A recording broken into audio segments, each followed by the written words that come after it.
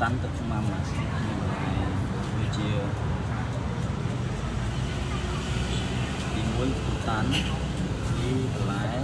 វាជាគីឡូចេកហើយនឹងសណ្តែកគូបាទនេះគឺហេតុនេះគឺជាដាក់អូស្មៅហើយណាទឹកអីមកទីសរុបស្ពីកតោបាទទឹកម៉ាំវាយកមកផ្សំជាមួយនឹងគ្រឿងសម្យ៉ាងដាក់បាទហើយទៅឆាវាគោ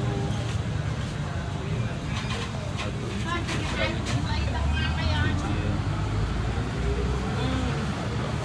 ជាតិហើយស្មោះមិនឡាយនោះអញនេះបាទដល់ហើយសងគឺខ្ញុំបានប្រាប់ខ្លួនបាទធ្វើតាមនឹងគឺបានផលចិត្តស្ងាត់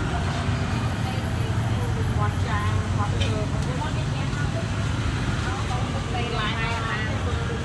រួយតោះអើយតាខាងខាងនៅឡាយនឹងយូរចាំ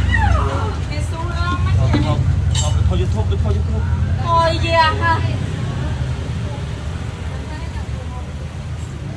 ហើយបាន2នាទីរួយរមអុលនៅ YouTube អត់ទេបាទនេះកន្លែងគឺខ្ញុំធ្វើនៅជាទឹកស្មាំបាទនេះកន្លែងកោស្មាំមិញហ្នឹងបាទគាត់តែបានខុសពីយ៉ាងដំបូងមកឲ្យដឹង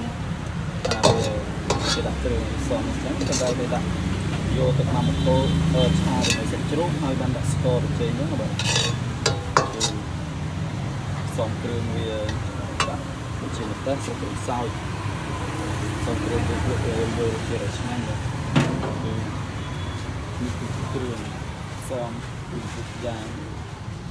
ទៅការអីក៏ដាក់នឹងទៅគឺសេត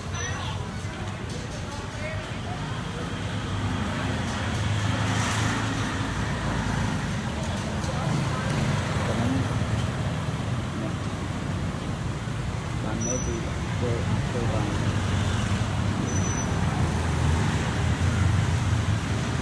គឺ